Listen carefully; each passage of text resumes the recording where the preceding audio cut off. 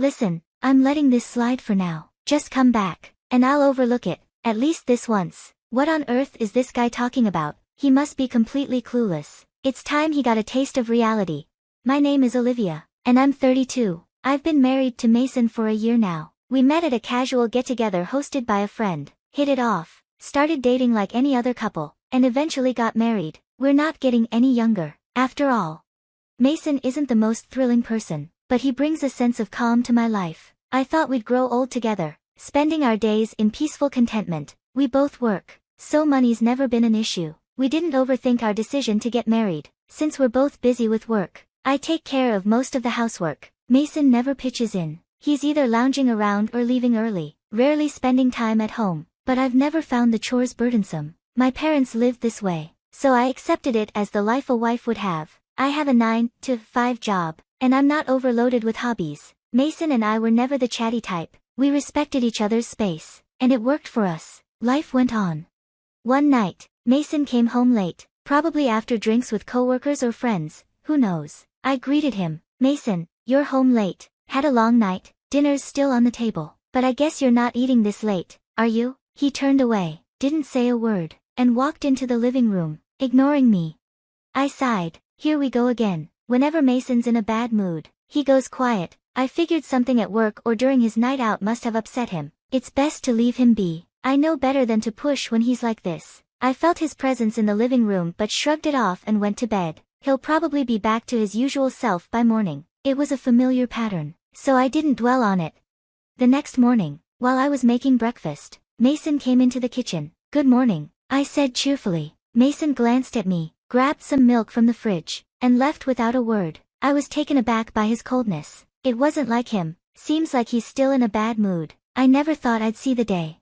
I'm used to us being strong, independent people. I hadn't made it a habit to talk much to Mason. Really, I decided to wait it out, so I continued preparing our lunch boxes. But things didn't go back to normal as easily as I'd hoped. Mason stayed distant the next night and the night after that. I started to worry. Days turned into weeks, and Mason kept up the silent treatment. I tried reaching out through WhatsApp and left him notes, but he ignored everything. However, he did eat the meals I prepared. I noticed the empty lunch box in the sink, so I knew he ate the lunch I'd packed. I even put a note in the cooler bag, hoping he'd read it and respond. But that was another dead end. Mason said nothing. Before I knew it, over a month had passed in this strange silence. I felt helpless. I tried everything, but nothing seemed to work.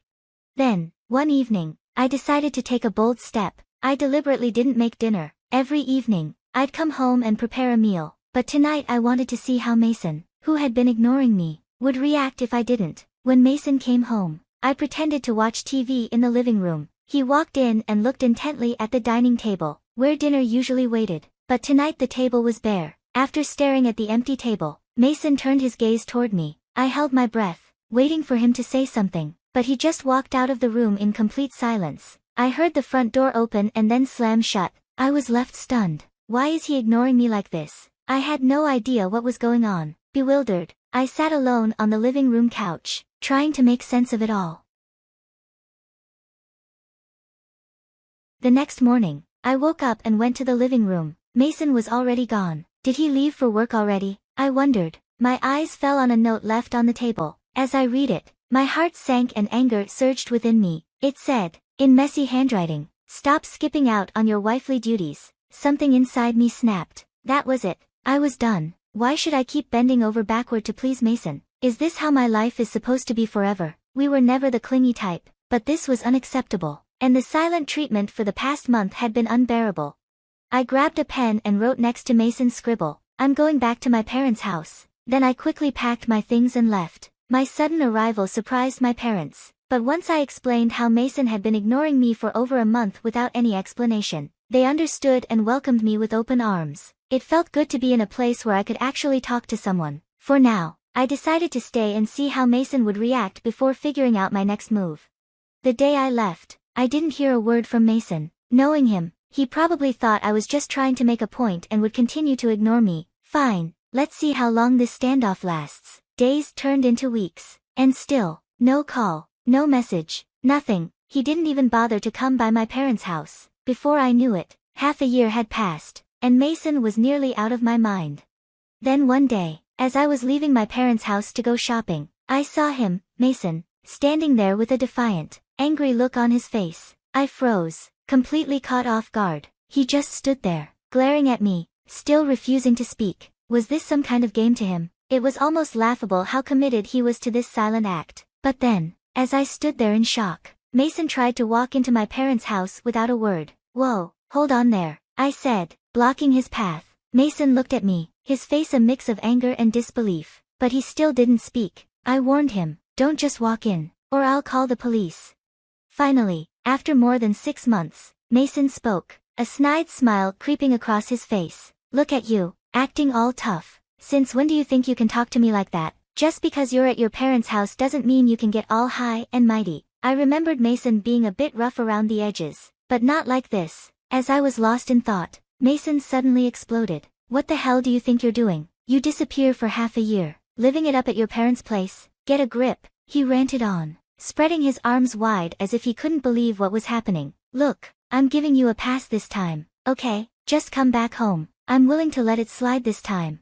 His condescending tone was the last straw. I calmly replied, "I think you're mistaken. You and I are strangers now." Mason's face went blank, and then he turned beet red with rage. He started yelling again. "What the hell are you talking about? Are you out of your mind? We're married, aren't we? Stop playing games." His outburst was so intense it left me momentarily speechless. And he kept going. "I'm saying I'll forgive you this time, so stop fooling around and pack your things." At that moment, my own anger boiled over. He was talking like he was doing me a favor by forgiving me, as if I was the one in the wrong. The sheer arrogance of it infuriated me even more, and it was clear that Mason had no idea what had really happened in the last 6 months. Finally, I snapped at him, who was still yelling. "I received divorce papers from your mother, signed them, and already filed them with the court. So, we're not married anymore, got it? We're strangers now, total strangers, understand?" I emphasized the word strangers, and Mason's face went pale. He looked genuinely shocked. Here's what happened. About a month after I moved back in with my parents, my then mother-in-law, Helen, called and asked to meet me at a cafe near their house. We had never been close, and it had been a while since I'd last seen her. After a brief exchange of pleasantries, she handed me an envelope. "What's this?" I asked, tilting my head in confusion. "Open it, even you should be able to understand," she replied curtly. I opened the envelope and pulled out the document inside. It was a divorce petition, already signed and stamped by Mason. Stunned, I looked at Helen, whose eyes, so much like Mason's, were filled with disdain. As I put the petition back into the envelope, I asked, "So, is this Mason's doing? Did he say anything to you about this?" Helen let out an exaggerated sigh before answering. "Oh yes, he said plenty. Want to hear?" I smiled politely and replied, "Sure, go ahead." She didn't hold back. According to her, Mason had been bad-mouthing me for some time, claiming I was a useless, incompetent wife who had stopped doing any housework after we got married, that I'd quit my job and lazed around the house all day, and that whenever things didn't go my way, I'd run back to my parents like a spoiled child. As she spoke, Helen's gaze never wavered, and it was clear she believed every word of Mason's lies. I knew there was no point in arguing with her. When she finished, Helen asked, "So, what are you going to do? Not that I want to meddle, but you've been pretty awful, you know." By the time I walked out of that cafe, my mind was made up. I smiled at Helen and said, "If he wants a divorce, then that's exactly what he'll get." Helen gave me one last glare, slapped some money on the table for her coffee, and stormed out.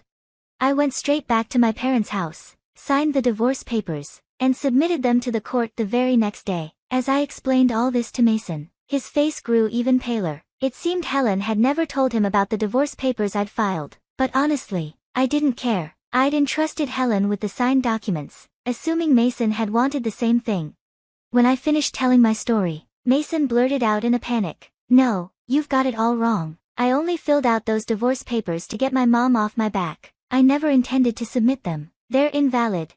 He was either panicking or confused because he started making no sense. "Besides, you'll be the one who suffers if we divorce. Let's go to the court right now and have them withdrawn." I gave him a cold stare and tilted my head. Why would getting divorced be a problem for me? Suddenly, Mason grinned like he had figured something out. "Think about your age. At your age, with a divorce on your record, no one will want you. That's why I'm saying I'll take you back. I'm doing this for your benefit, get it? We can pretend the divorce never happened, and you should be grateful. I couldn't help but roll my eyes at Mason's arrogance and delusion. Listen, we're not kids. A divorce doesn't just get erased. And for the record, I'm already married to someone else. Mason's jaw dropped, and he went silent for a moment. What? Really? Do you want me to repeat myself? I'm married to someone else. Mason, still in disbelief, suddenly started making a scene. That's a lie. You're just trying to save face, aren't you? You're making up stories to get rid of me. You think you can fool me with such lies? If he wanted to be a fool, that was his problem. As I wondered how to handle this, a presence appeared behind me, a man standing at the entrance, looking between Mason and me with a puzzled expression. Mason, taken aback by the sight of a stranger emerging from my parents' home, fell silent. The man tilted his head and asked, "Is something wrong?" Feeling awkward, I smiled and turned to Mason. "This is my husband, Noah." Noah greeted Mason with a slight, skeptical nod. Mason took a step back, his eyes widening as he took in Noah's imposing physique. It made sense. Noah was a former national rugby player. Overwhelmed by Noah's presence, Mason suddenly started making excuses. No, you've got it all wrong. My old boss told me you'd been married for about a year now, and he warned that your wife might get too comfortable, said I should keep her in check. So I did, and guess what? Turns out he got dumped by his wife and kids. What a fool, right? I was just doing what he told me to do. I never wanted to do any of that stuff. You understand, right, Olivia? I stared at Mason with disgust, completely fed up with his pathetic excuses. He looked puzzled, maybe because my reaction wasn't what he expected. Then Noah spoke up. Sorry, but you need to leave and never come back here. If you approach Olivia again, I'll call the police. Noah firmly pushed Mason out of the doorway. Intimidated by Noah's force and determination, Mason fled. For a while, we stayed on alert, worried that Mason might try something irrational, but as days turned into weeks, we heard nothing from him. Eventually, curiosity got the better of me, and I reached out to a mutual friend to ask about Mason. After some casual catching up, I asked about him, and our friend sighed before filling me in. Apparently, Mason had quit his job just a few days after showing up at my parents' house. The reason? Mason had always gone along with his boss, who had a reputation for harassing subordinates at work. It became a significant issue within the company. The boss was eventually resigned, a polite way of saying he was demoted to some remote, unheard of location. Mason was expected to be transferred as well, but out of pride, he quit instead. According to our friend, Mason is still jobless and struggling to find work. His arrogance has only made things worse. Even when recruiters offer him opportunities, he turns down interviews, believing they're beneath him. Word of his quitting eventually reached his mother, who, true to her extreme nature, disowned him. Now, he spends his days blaming everything on his old manager and drowning his sorrows in alcohol. At this rate, he'll ruin his health before he ever finds another job. It's a sad situation, and while I hope he finds a new partner to help him get back on track, that seems unlikely.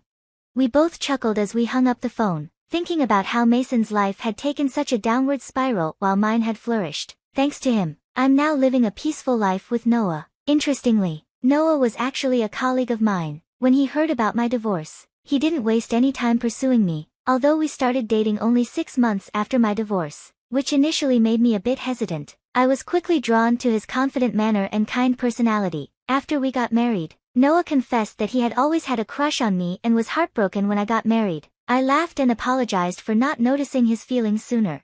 Noah is everything I never knew I needed. He helps me around the house, something I used to handle alone. Whenever we eat together, he always compliments my cooking with a smile, and it's these small gestures that fill me with joy, something I never expected. I guess I had become numb to such things after growing up with old-fashioned parents. Now, I'm living a truly happy life with Noah, who finds joy in the simplest moments. I'm confident that with him by my side, we'll enjoy a lifetime of happiness, all the way through our golden years.